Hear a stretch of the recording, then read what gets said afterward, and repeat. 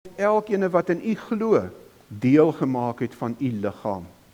Dankie dat u liggaam soos 'n eenheid funksioneer en elkeen het 'n werkie, het 'n rol in die liggaam. En wanneer ons nie dit doen wat u vir ons gegee het om te doen nie, dan maak ons die liggaam eintlik krippel. Dan kan die liggaam nie werk soos wat hy moet werk nie. En die Here, ekskuus daarvoor. Maar sal u ons help, Here Jesus, dat elkeen van ons plekkie sal kry waar u ons wil gebruik. Die een is daar om vir mense wat nog buite die kerk is van u te vertel. Hulle is baie goed daarmee, want dis wat u vir hulle gegee het om te doen. 'n ander een is daar om te bid, want u het vir hulle die gawe gegee om te bid. En nog iemand anders, Here, is daar om te dien, om allerhande goedjies in die kerk te doen, want dis waarvoor u hulle gemaak het.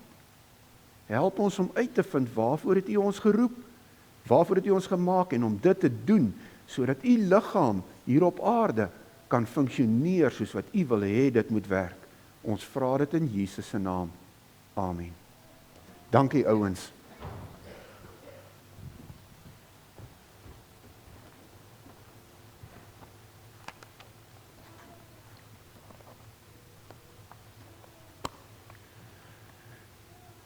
Ons tema vandag is lewe in sy genade. En dit sluit nog aan by ons Pinksterreeks wat gegaan het oor lewe vandag.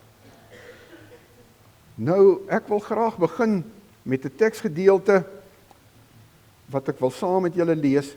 Kom ons kyk net daarna. Ek wil sê God is 'n goeie Vader wat omgee. En hierdie gedeeltetjie wat ons saam lees, praat daaroor. Hier sê Jesus, maar ek sê vir julle, julle moet julle vyande lief hê en julle moet bid vir die wat vir julle vervolg, sodat julle kinders kan wees van julle Vader in die hemel. Hy laat immer sy son opkom oor slegtes en goeies, en hy laat reën oor die wat reg doen en oor die wat verkeerd doen. Hier is twee belangrike gedagtes uit hierdie gedeelte wat my tref. Die een is, Jesus sê, ons is kinders van God ons Vader, en ons moet optree soos hy, en hy het sy vyande lief. Selfs toe ek nog sy vyand was, selfs toe ek hom dalk nog nie eers geken het nie, het hy my lief gehad. En hy sê, ons is sy kinders, ons moet maak soos hy maak. En dan sê hy, laat immer sy son opkom oor slegtes en goeies, en hy laat reën oor die wat reg doen en oor die wat verkeerd doen. En hoe wonderlik is dit, dat selfs in die tye toe ons dalk nog nie die Here geken het nie, of wat ons dalk weggedwaal het en ons het droog gemaak, het die Here steeds sy goedheid oor ons laat reën. En het hy eintlik met sy goedheid, met sy liefde, ons teruggetrek na hom toe. Ek wil graag saam met julle lees ook daai gedeelte in die Psalms, Psalm 65, ons lees daarvan vers 10 af.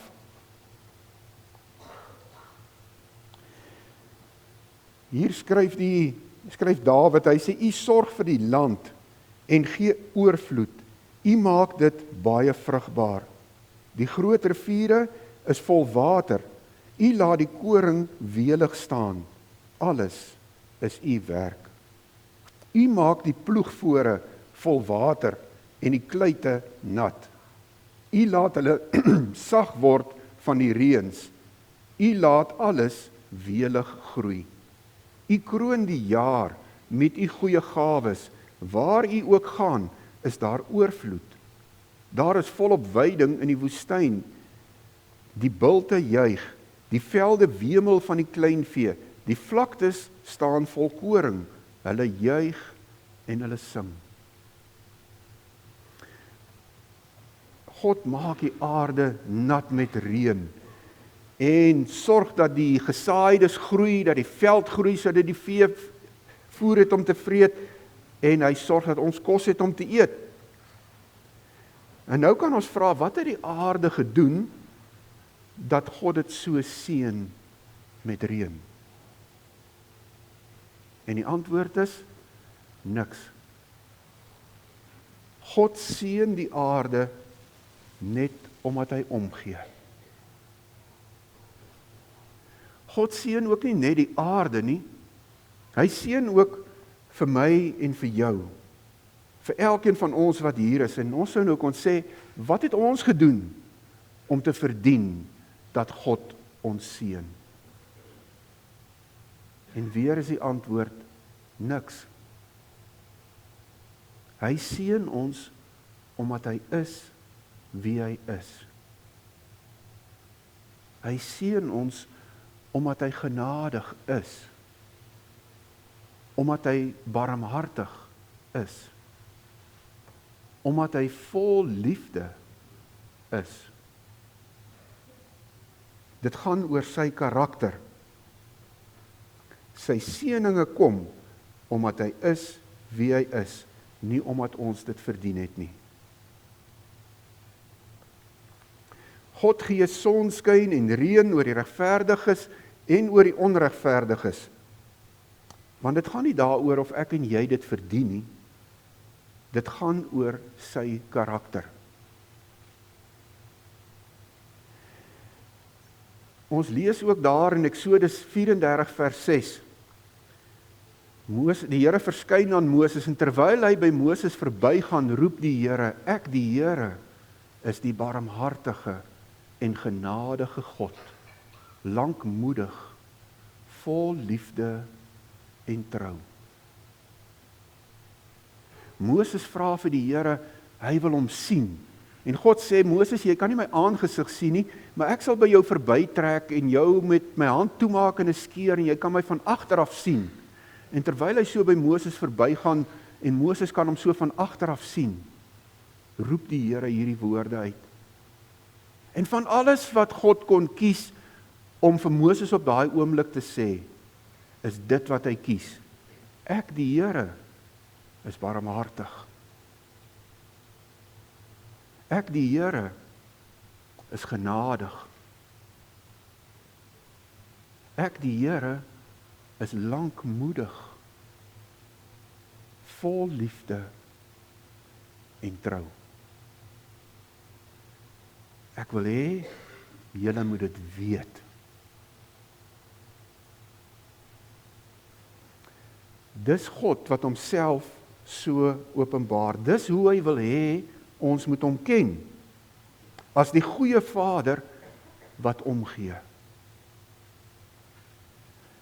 Ons lot, en dit wat met ons gebeur, gaan nie maar net by God verby nie. Hy maak nie sy oë toe of kyk ander pad, wanneer ons in nood, in krisis is nie. Hy gee om. Hy seën selfs die ongelowiges, sodat hulle hom kan leer ken, soos wat hy is. Soms is daar 'n blokkasie in ons harte, iets wat keer dat ons die seën vat wat die Vader gee. Hier diep binnekant weet ons verdien dit nie. Dit voel verkeerd dat ons goed ontvang, terwyl ons eintlik dink, ek behoort eintlik nou gestraf te word. En dis asof my hart dit net nie kan vat dan nie. Want die skuldgevoelens in my hart word soos 'n blokkasie vir God se seëninge. So al gee hy dit, vat ek dit nie. Want ek voel skuldig. Dis asof ons onsself straf. Asof ek myself eers so bietjie kastei voordat ek God se vergifnis vat. En dit is asof ek dink, sjoe, ek kan dit nie net vat nie, dit sal nie reg wees nie. Nee, ek moet dan eers so bietjie boete doen voordat ek sy vergifnis en sy goedheid ontvang. Die vraag is dit die gesindheid wat God by ons soek? Stel dit om tevrede as ek eers dit van die hand wys, eers bietjie wag en sê nee, ek moet dan eers bietjie boete doen voordat ek dit kan vat. Is dit wat God wil hê? Nee, God stuur sy seëninge en sy guns, omdat hy wil hê, ek en jy moet dit vat. Moet dit ontvang. En ons ontvang dit nie omdat ek dit verdien nie. Ek ontvang dit omdat hy God is. Omdat hy goed is. Omdat hy barmhartig is. Dit kom alles net van hom af. Ek en jy moet dit net vat. Dis wat die Here wil hê. Hier is 'n baie belangrike punt wat ons in ons koppe moet hou, as ons praat oor hierdie blokkasie in die hart. Moenie julle self mislei nie, my liewe broers, elke goeie gawe en elke volmaakte geskenk kom van bo. Dit kom van die Vader wat die hemelligte geskep het, maar wat self nie soos hulle verander of verduister nie. En dis so 'n wonderlike waarheid hierdie. Dit beteken, God se goedheid is oor my. En as ek nou skielik droog maak en ek val in sonde, dan word God nie skielik sleg nie. Hy bly goed. Hy bly barmhartig. Hy bly liefde. Want my sonde verander nie sy karakter en sy wese nie. Hy sal my dalk tugtig, maar hy doen dit nog steeds met liefde. En elke goeie ding wat ons ontvang, kom van hom af. En daarom kom al die eer vir alles wat goed is in my lewe en in jou lewe, kom ook vir hom toe. As dit goed gaan in jou huwelik, sê vir hom dankie. Dis deur sy toedoen. As dit goed gaan in jou familie, sê vir hom dankie. Dis deur sy toedoen. As dit goed gaan met jou werk en jy opgang maak of jou besigheid floreer, sê vir hom dankie. Dis deur sy toedoen. Want elke volmaakte geskenk, elke goeie gawe kom van hom af. Soms is ons harte soos die kluite waarvan ons nou hier gelees het. En as dit vir 'n lang tyd droog was en die aarde is dor en droog, dan sukkel die grond wat hard geword het om die water op te neem. En dan is dit nodig dat daai grond eers bietjie sag gemaak moet word. As dit dadelik hard reën, dan loop die water net weg. Maar as dit sag begin reën en die water kry tyd om in die kluite in te trek, dan word die kluite sag en dan kan dit al die water opneem. En as dit dan hard kom reën, dan is dit gereed om die water te absorbeer.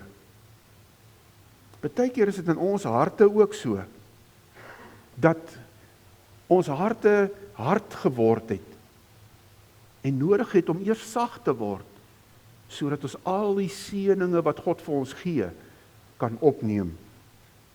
En ek wil nou sommer net 1 of 2 goed noem wat ons hard kan maak. Ek het nou eintlik al reeds daaraan geraak. Die eerste een is selfveroordeling. Dit beteken, ek sê vir myself, ek is te sleg. Ek sê vir myself, ek durf nie dit vat nie, want ek verdien straf. En nou dink ek, wanneer ek God se goedheid van die hand wys, die seën wat God vir my gee van die hand wys, nou doen ek eintlik goed. Nee, dis nie reg nie. God gee dit vir my in elk geval, ten spyte van dit wat ek verkeerd gedoen het. Vat dit. Dit kan een ding wees wat my hart maak, wat maak dat die seën nie in my hart intrek nie. 'n tweede enetjie is skaamte. Ek weet tog van beter, sê ek vir myself. Die Here het al soveel keer hieroor met my gepraat. Ek weet ek moet dit nie doen nie, en nou het ek dit weer gedoen.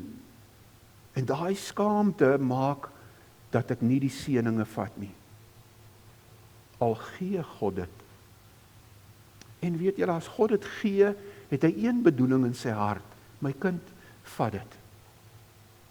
Sy bedoeling is nie, ek gee dit, maar jy moet dit van die hand wys nie. Dan sou hy dit nie gegee het nie.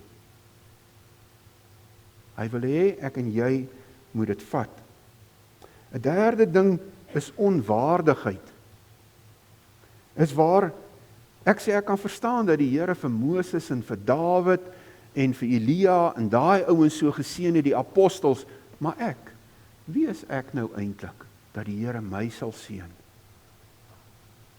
En dan dink ek aan hierdie kosbare vers waar Jesus gedoop is. Jesus is toe gedoop en het dadelik daarna uit die water gekom, meteens het die hemel bokant hom oopgegaan en hy die Gees van God soos 'n duif sien neerdaal op hom kom. Daar was ook 'n stem uit die hemel wat gesê het, dit is my geliefde seun, oor hom verheug ek my. Die woord van die Here sê, wanneer ek en jy vir Jesus aangeneem het, hom in ons hart en ons lewe ingenooi het, is hy in my en ek in hom. En as ek een is met Jesus, dan is hierdie woorde ook geldig vir my en vir jou. Dan kyk die Here ook na my en jou en sê, dit is my geliefde seun, my geliefde dogter. Dis identiteit, né? Jy's my seun. Jy's my dogter. Dis identiteit. Jy's my geliefde seun of dogter.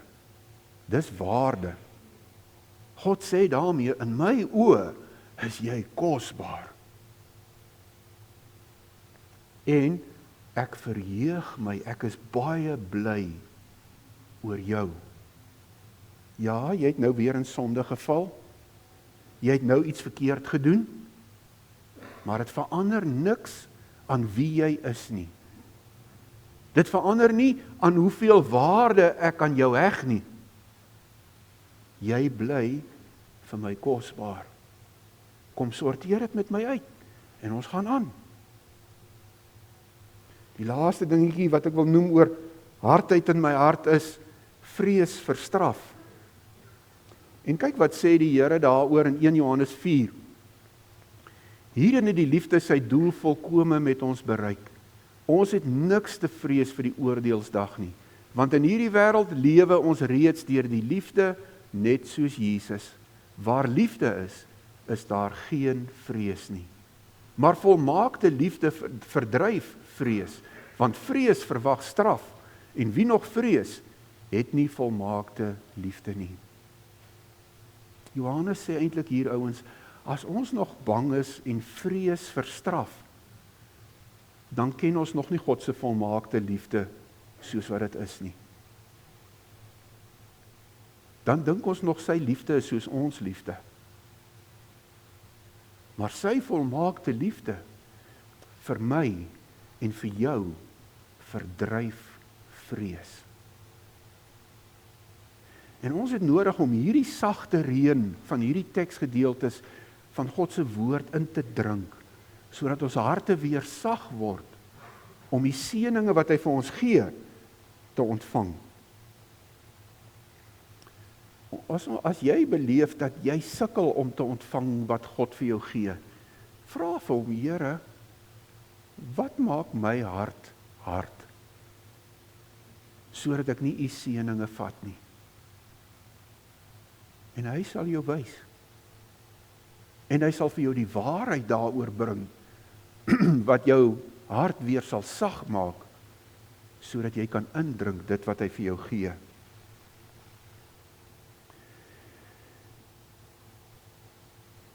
Die groot rede, hoekom God 'n pad saam met my en met jou wil loop, is omdat hy is wie hy is.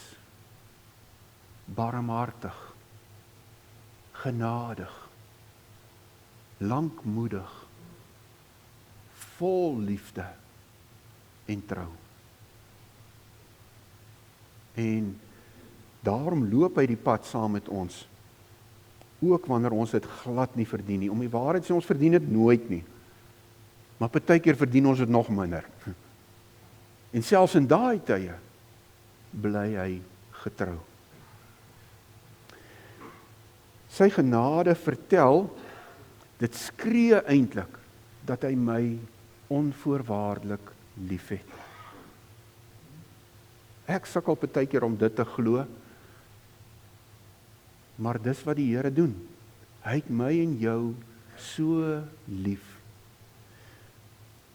Philip Yancey sê in sy boek Wat maak genade so wonderlik? Daar is niks wat ons ooit gedoen het of tans doen, of wat ons in die toekoms gaan doen, wat sal maak dat God ons meer of minder sal lief hê nie. Hy het ons in elk geval lief. En dis so 'n groot waarheid en troos.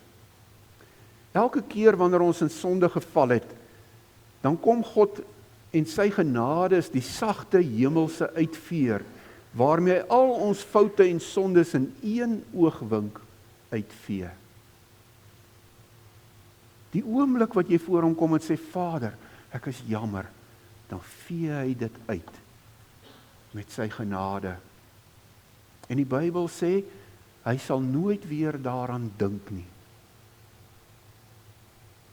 Dis asof hy dit uit sy geheue ook uitvee.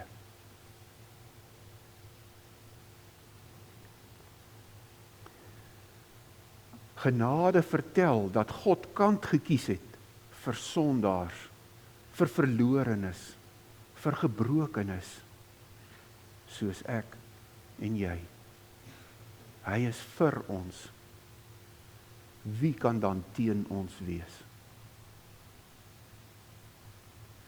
Hemelse Vader, as ons vanmôre so praat oor genade, dan voel ons baie, baie klein. Want Here, ons weet, ons verdien dit nie.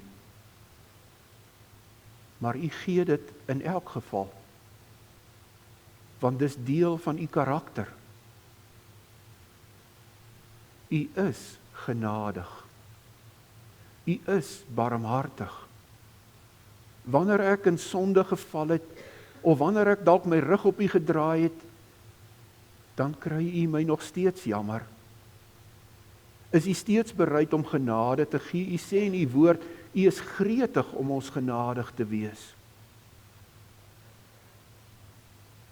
En dankie Here, dat U ons dan weer nader trek in U lankmoedigheid, U verdraagsaamheid en dat U liefde en U trou steeds bly, want U is vol liefde en trou. Dankie vir U genade oor ons Here. Dankie dat ons U sin is, nie omdat ons beter is as ander mense nie, maar omdat ons U genade leer ken het. Omdat ons U liefde leer ken het. En ons prys U daarvoor. Al die eer daarvoor kom net vir U toe. En Here, waar daar dalk iemand is wat vandag sukkel om U genade te ontvang, U liefde te vat, help ons asseblief, Here, dat ons dit met al twee hande sal vasgryp, omdat dit nie gaan oor my goedheid of slegheid nie, maar omdat dit gaan oor wie U is. Ons aanbid U in Jesus naam. Amen.